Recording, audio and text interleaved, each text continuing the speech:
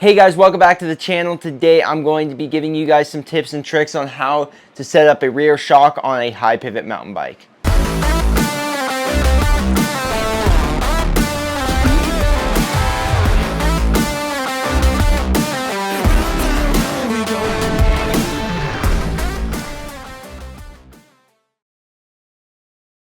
If you guys click this video, you guys are likely having some issues with your high pivot mountain bike, getting that thing set up.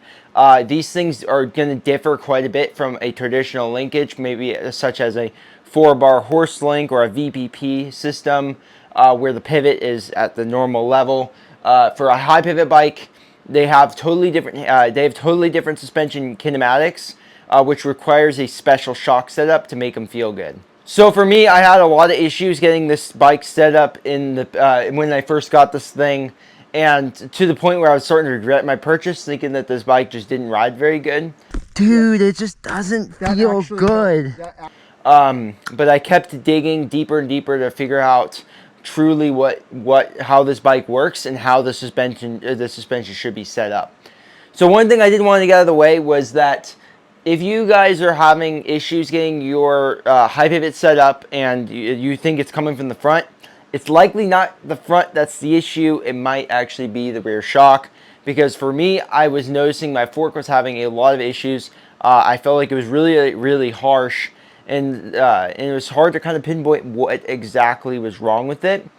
But I came to find out that what I was feeling was not that the fork was harsh, it was that the rear shock was set up too stiff in a way where the rear end was giving feedback, kicking the weight forward, which then in turn made the fork not work to its full potential, because it was just diving straight through its travel, and it was, using that. You're basically riding in that portion of travel in the fork that you shouldn't be riding in, because that is where things start to get harsh, because that's where the ramp up is.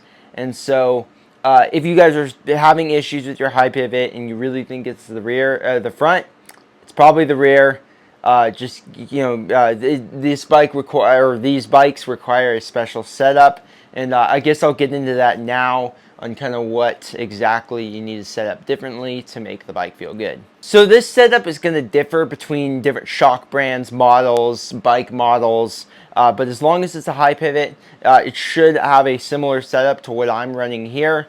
So I'm running a EXT Storia V3. I've ran this shock on my Santa Cruz Nomad, which is a VPP system. So the setup was totally different.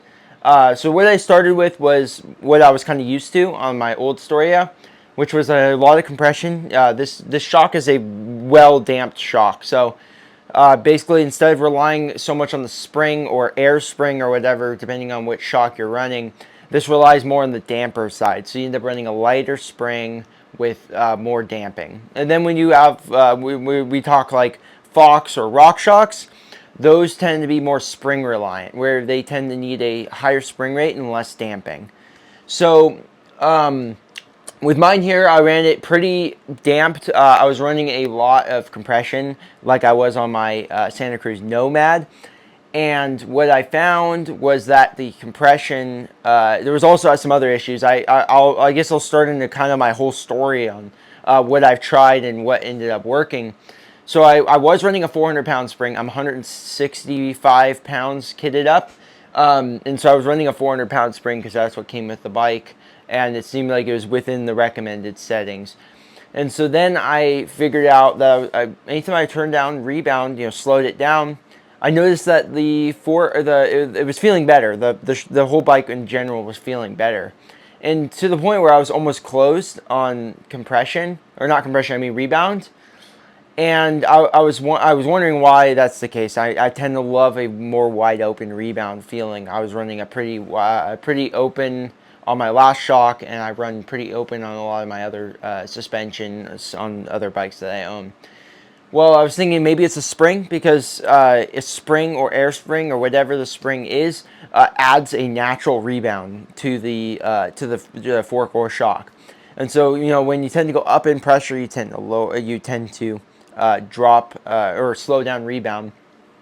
But when it came to this, it was just really slow. So I was like, okay, so maybe the spring rate's too high. EXT was recommending a 375 for this bike and my weight. So I bought a 375, and it felt a little better. I was able to speed up rebound a little bit, but it just still wasn't what I was looking for. So then I tried doing some research on how a high pivot works specifically. So this high pivot, and I'm sure lots of other high pivots, have a lot of mid-stroke support naturally built into the kinematics of the linkage. And so they tend to rely less on compression. And like I mentioned earlier, this bike was I was running a lot of compression on this bike. So I messaged some people that, I messaged the guy that I bought this frame from, that came with the shock. I messaged EXT, and I messaged some other people that also own this bike. And one trend I noticed was that they didn't run much compression. They ran it pretty close to open. So the guy that owned it from, he said that EXT with this tune recommended running 1 click of high-speed compression and wide open on the low-speed compression. So that was interesting to me. And then EXT got back to me, and they said that they can't give me a specific number because they didn't know the tune of the shock. These things are custom tuned to the bikes, so people change tunes here and there, but that's besides the point. But they said that high pivots run quite. They find a trend in high pivots running pretty open. So I thought that was interesting, and I was like, you know what, I'm going to try it. I'm going to do 1 click of high-speed compression and for wide open on the low-speed compression. Instantly, on the first ride, it felt so much better. Like, I can't even explain to you how much better this thing felt. The fork was just feeling so much better. I felt like the fork was actually staying up in its travel. It wasn't perfect by any means, but I finally got to a point where the bike actually felt pretty decent. So it turns out that high pivots like pretty open compression. This might vary depending on the bike model you have and the shock that you're using. You might end up using more or less compression on other shocks, but maybe if you're having issues, try opening up the compression completely. Just try that and then add low speed or high speed as needed. And then I was able to boost my rebound up a bit. I'm in the middle or upper end of the range. I think I'm 6 clicks if I remember correctly out of 12, so it's about halfway. Versus what I was running before, which was like 2 or 3 clicks from closed. I did end up messing around with this fork. The fork doesn't really make a huge, like the fork is a fork. There's not really that much difference in the setup. But if you guys do have a Forbidden Dreadnought V2, one thing to note is that this bike tends to put your weight forward. I think most high pivots do as well, but I'm not going to speak for every single high pivot out there. So you tend to want to run a high cockpit setup. So if you are having issues with your weight being super far forward, maybe try lift. After you're trying trying to mess with the shock, maybe try a higher cockpit setup. I'm running a 35 mil rise bar with a 15 mils of stack spacers underneath the stem, and I found that worked pretty well. I messed around with stack a little bit, and I found the sweet spot was 15 millimeters. Other than that, I don't have any other tips for a high pivot bike. It really mostly came down to the shock, and just, yeah, seems to like a wide open or a close to wide open compression.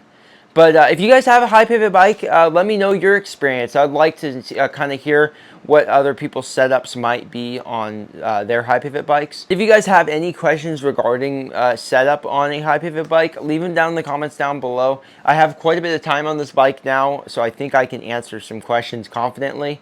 And if you guys did enjoy this video, please smash that like button down below. And if you guys are enjoying the content and would like to support the channel further, please check out Patreon down below. I'll leave a link down there. It gives you a bunch of sweet perks. You can talk to me directly, get these videos such as this one weeks early.